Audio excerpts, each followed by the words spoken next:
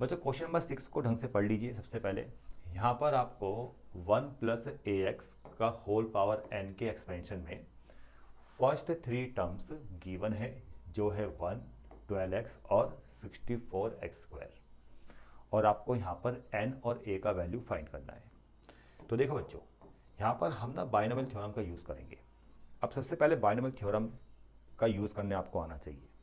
Binomial theorem का use कैसे करते हैं या फर्स्ट 3 टर्म्स को आप कैसे डिफाइन कर सकते हो, पहले मैं आपको समझा देता हूँ। देखो बच्चों, अगर a प्लस बी का होल पावर n है, ठीक है, और इसके एक्सपेंशन में मुझे फर्स्ट टर्म फाइंड करना है, तो फॉर्मूला होता है, मतलब फर्स्ट टर्म डिफाइन होता है ऐसे, NC0 a का पावर n b का पावर 0, ये फर्स्ट टर्म है। सेकेंड टर्म में क्या होगा, NC1 आ जाएगा, 0 के बाद 1, a का पावर डिक्रीज करेगा n-1 और b का पावर इंक्रीज करेगा, पहले 0 था 1 हो गया। थर्ड टर्म हो जाएगा NC2 a का पावर n-2 b का पावर 1 के बाद क्या आ जाएगा, 2 आ जाएगा। तो देखो a का पावर तो डिक्रीज कर रहा है और b का पावर इंक्रीज कर रहा है, ठीक है। और जैसे फर्स्ट टर्म में NC0 है, सेकंड टर्म में NC1 आ जाएगा, थर्ड टर्म में NC2 हो जाएगा, इसको बोलते हैं बाइनोमियल कोफिशिएंट्स, ठीक है। फिर फोर्थ टर्म में आ जाएगा NC3 a का पावर n-3 b का पावर 3, ठीक है। तो इस तरह से आप बाइनोमियल थ्योरम का यूज़ करके आगे के हम टर्म्स को डिफाइन कर सकते हैं, और तब तक करना है जब तक कि लास्ट में NCn ना आ जाए, a का पावर 0 और b का पावर n ना आ जाए, ठीक है। तब तक आपको ये करते जाना है। तो ये सब चीज़ें मैं इससे पहले वीडियो में बता चुका हूँ। अब एक चीज़ आपको और समझना है, किसी भी बाइनोमियल एक्सप्रेशन में, जैसे ये बाइनोमियल एक्सप्रेशन का होल पावर n है, इसमें अगर a1 हो गया, ठीक है, तो यहाँ भी a1 हो जाएगा, यहाँ भी a1 हो जाएगा, यहाँ भी a1 हो जाएगा। तो इसको लिखने की ज़रूरत ही नहीं है आपको कि 1 का पावर जो भी हो 1 ही होता है, और 1 × में तो गायब हो जाता है, आपको पता ही होगा। तो ऐसे केस में अगर a1 है, a1 हो गया, तो फर्स्ट टर्म क्या बनेगा, NC0 b की पावर 0, NC1 b का पावर 1, थर्ड टर्म क्या आ जाएगा, NC2 b का पावर 2।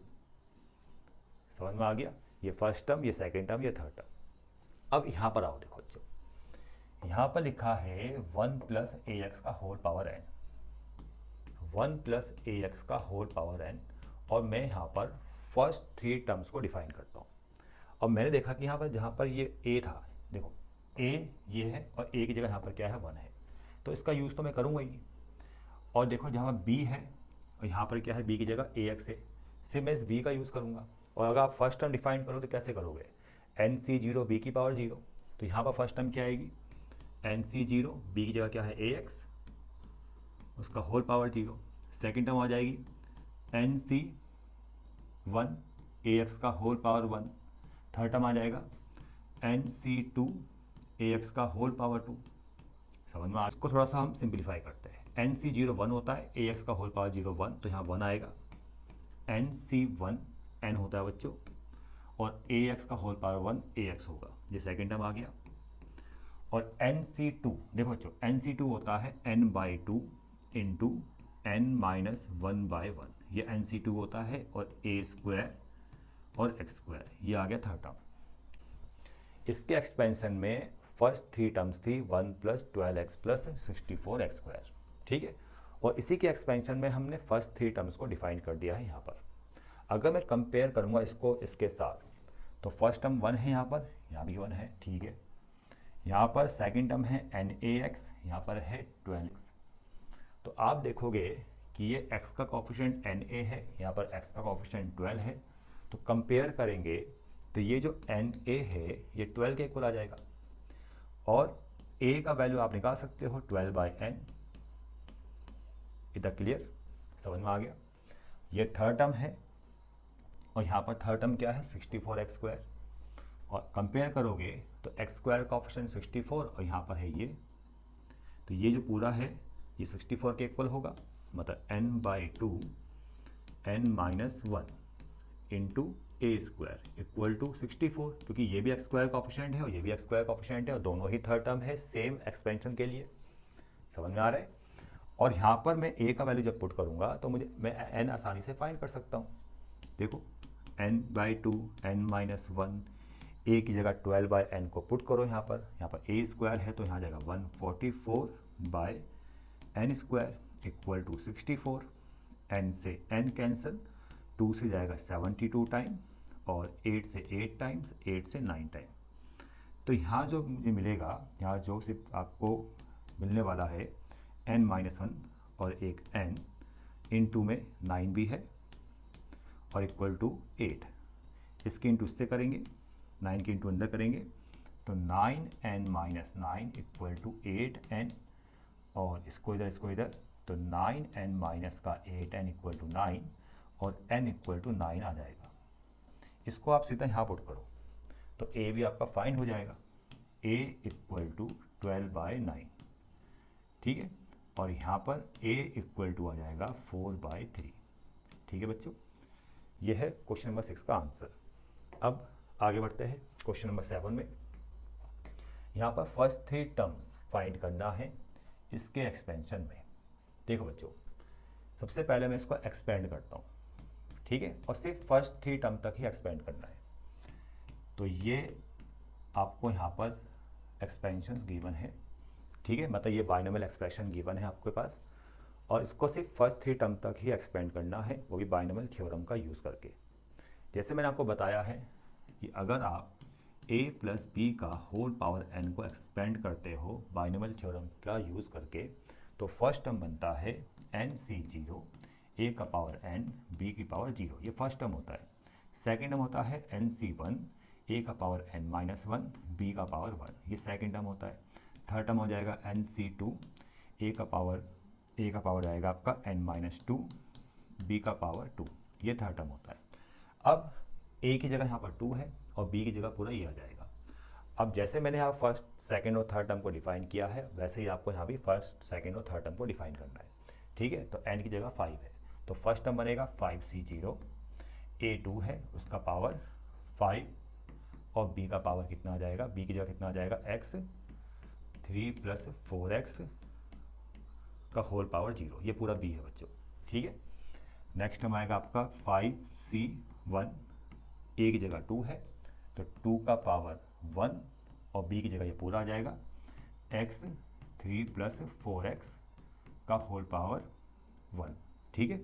कुछ गड़बड़ तो नहीं हुआ, यहाँ पर 2 नहीं, सॉरी यहाँ पर 4 आएगा, कि 2 का पावर तो डिक्रीज करेगा ना, 2 का पहले पावर 5 था, अब वो 4 हो चुका है, ठीक है। और b जो है ये पूरा b है, इसका पावर पहले 0 था, अब वो 1 हो चुका है, ठीक है। थर्ड टर्म के कैसा आ जाएगा, देखो थर्ड टर्म देखो 5c2, 2 का पावर 3 और x, 3 + 4x का होल पावर 2। अब सॉल्व करो, देखो इसको, 5c0 1 होता है, 2 की पावर 5 32 होता है, जिसका पावर 0 है वो भी 1 हो जाएगा, तो यहाँ पर कैलकुलेट करने पे कितना आएगा 32, ये फर्स्ट टर्म आ गया। 5c1 5 होता है, ठीक है बच्चों, 2 की पावर 4 16 आ जाएगा, x ऐसे ही रहेगा, 3 + 4x, ठीक है। अभी सॉल्व करेंगे इसको आगे।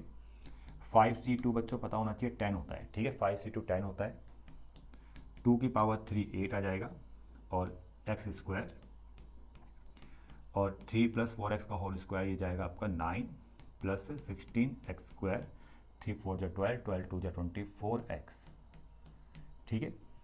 आगे बढ़ते हैं, 32 ये आ जाएगा 16 × 5 80, 80 × 3 240, तो आएगा आपका 240x, और 80x की हम 4 से इंटू करेंगे तो 8 4 = 32, 320, 320x स्क्वायर, ठीक है। अब इसको सॉल्व कीजिए, देखो अब देखो 10 × 8 80x स्क्वायर, अब इसकी इंटू हम किससे करेंगे, देखो 9 से करेंगे, ठीक है। तो ये आएगा 8 9 = 72, तो ये आएगा आपका 720x स्क्वायर। अब इसके इंटू इससे करनी है, कोई ज़रूरत नहीं है, इसके इंटू इससे करनी है, कोई ज़रूरत नहीं है। फिर क्वेश्चन अगर आप पढ़ोगे तो यहाँ पर आपको फर्स्ट 3 टर्म निकालना है असेंडिंग पावर ऑफ x। इसका मतलब ये होता है कि भाई पहली टर्म में x की पावर 0 होना चाहिए, अगर कांस्टेंट है तो उसमें x की पावर 0 होगा, दूसरी टर्म x की होनी चाहिए और तीसरी टर्म x स्क्वायर की होनी चाहिए, बस ये इसका मतलब है। आपको वो 3 टर्म निकालना है जिसमें x की पावर 0, x की पावर 1 और x की पावर 2। अगर मैं इसके इंटू इससे करूँगा तो मुझे x की पावर 4 मिलेगा, इसके इंटू इससे करूँगा तो x की पावर क्यूब मिलेगा, उसको कोई मतलब ही नहीं है, वो तो हमें चाहिए ही नहीं। इसलिए आप इसके इंटू इन दो से करने की ज़रूरत नहीं है, आपसे इसके इंटू इससे कीजिए बस, ठीक है। वो मैं कर चुका हूँ, 720x स्क्वायर आ चुका है। तो यानी फर्स्ट टर्म 32 जिसमें x की पावर 0 होगा, सेकेंड टर्म 240x जिसमें x की पावर 1 है, ठीक है, और 320 और 720 ये आएगा आपका 1040, यहाँ पर आ गया x स्क्वायर, थर्ड टर्म में आपका x स्क्वायर आ गया। क्वेश्चन नंबर 8 में देखो बच्चों, ये क्वेश्चन नंबर 8 में इसको एक्सपेंड करना है, ये ट्राइनोमियल है, सबसे पहले इसको बाइनोमियल बनाएंगे, बाइनोमियल बनाने के लिए इसको हम a मानेंगे और इस पूरे को क्या मानेंगे, b मानेंगे। अब जब a प्लस बी का whole power n, a plus b का होल पावर n को एक्सपेंड करते हैं तो फर्स्ट टर्म होती है nc0, a का पावर n b का पावर 0, सेकेंड टर्म होता है nc1, a का पावर n-1 b का पावर 1, थर्ड टर्म होता है nc2, a का पावर n-2 b का पावर 2, ठीक है। और अगर किसी केस में a 1 आ जाए, a अगर 1 हो गया तो ये वाला जो a वाला पार्ट है इसको कट कर दो, तब फर्स्ट टर्म क्या बन जाएगा, nc0 b की पावर 0, सेकेंड टर्म बनेगा nc1 b का पावर 1, थर्ड टर्म बन जाएगा nc2 b का पावर 2। और यहाँ पर अगर नोटिस करोगे तो a1 है, दिखाई दे रहा है, तो इसको अगर मैं एक्सपेंड करूँगा, ठीक है, ये a है, ये पूरा b है, a1 है तो आप सिर्फ b ही लोगे, a लेने की जरूरत आपने नहीं है। तो फर्स्ट टर्म क्या बन जाएगा, जैसे nc0 b की पावर 0, तो यहाँ पर क्या आएगा, n की जगह n है, nc0 b की जगह क्या है बच्चों, यहाँ पर 2x प्लस 3x स्क्वायर का होल पावर 0, सेकेंड टर्म आएगा nc1 2x plus 3x square का होल पावर 1, थर्ड टर्म आएगा nc2 2x plus 3x square का होल पावर 2। इतना आपको समझ में आ गया होगा। अब क्वेश्चन को भी पढ़ लो ढंग से एक बार। क्वेश्चन में यहाँ पर आपको एक्सपेंड करना है, तब तक एक्सपेंड करना है जब तक ascending power of x up to including the term of x square, मतलब आपको शुरू की 3 टर्म डिफाइन करनी है वो, जिसमें x की जो पावर होगी वो 2 तक होगी बस, मतलब पहली टर्म में x की पावर 0, दूसरी टर्म में x की पावर 1 और तीसरी टर्म में x की पावर 2 बस, ठीक है। तो वो टर्म्स आपको यहाँ पर एडजस्ट करनी है। जैसे इसको अगर मैं सॉल्व करूँगा तो इसको सॉल्व करने पर 1 आएगा, क्योंकि nc0 1 होगा और जिसका होल पावर 0 होता है उसका वैल्यू भी 1 होता है, तो ये तो 1 आ गया, तो इस 1 में x की पावर 0 माना जाता है, ठीक है। अब दूसरी टर्म में जहाँ पर डिफाइन करूँगा तो उसमें x की पावर 1 होगा, तो देखो nc1 तो n होता है, ठीक है, और इसकी इंटू अगर मैं 2x से करूँगा तो कितना आएगा, 2nx, तो ये वो टर्म आ चुकी है जिसमें x की पावर 1 है। तीसरी टर्म वो लूँगा जिसमें x की पावर 2 होगी, ठीक है। ये n हो गया था बच्चों, ये तो n था, अब इस n की इंटू इससे करेंगे तो कितना आ जाएगा, 3nx स्क्वायर, लेकिन एक x स्क्वायर वाली टर्म यहाँ भी डिफाइन कर रही होगी, तो इसको मैं सॉल्व कर लेता हूँ। देखो nc2 होता है आपका n/2 n-1, ठीक है, आपको याद होना चाहिए। इसकी इंटू अगर मैं इससे करूँगा 2x से, ठीक है, और अगर आप देखोगे 2x से कैसे इंटू जाएगी, यहाँ तो होल स्क्वायर है, पहले इसको एक्सपेंड करना पड़ेगा, एक्सपेंड करो ना पहले इसको, तो ये आ जाएगा आपका 4x स्क्वायर, यहाँ पर आएगा आपका 9x की पावर 4, ठीक है, और 3 2 6 6 2 12 और x into x square x cube, ये आ जाएगा। अब इस ना इसका रिक्वायरमेंट है ना इसका रिक्वायरमेंट है, इनसे हमें कोई मतलब नहीं है, हमें सिर्फ इससे मतलब है, क्योंकि यहाँ पर क्या है, x स्क्वायर है, ठीक है। अब अगर मैं इसकी इंटू इससे करता हूँ तो देखो 1 plus 2nx 3nx square plus into करो तो 2 से जाएगा 4 2 टाइम, तो यहाँ पर 2 आ जाएगा 2n n-1 x स्क्वायर, बस। अब 1 में x की पावर 0, x की पावर 1 भी आ चुका है, वाली टर्म भी आ चुकी है, और 2 टर्म्स ऐसी इसमें x की पावर 2 है, इनसे कोई मतलब नहीं है हमें, ठीक है। तो देखो आगे 1 प्लस 2nx प्लस, इसको अगर हम सॉल्व करेंगे तो यहाँ पर x स्क्वायर कॉमन, तो 3n प्लस 2n स्क्वायर, इसकी इंटू इससे करेंगे तो माइनस का 2n, इसको और सॉल्व कीजिए तो 1 प्लस 2nx और 2n स्क्वायर और 3n में से n गया, ये आ जाएगा आपका, सॉरी 3n में से 2n जाएगा तो आएगा आपका प्लस का n x स्क्वायर, ठीक है।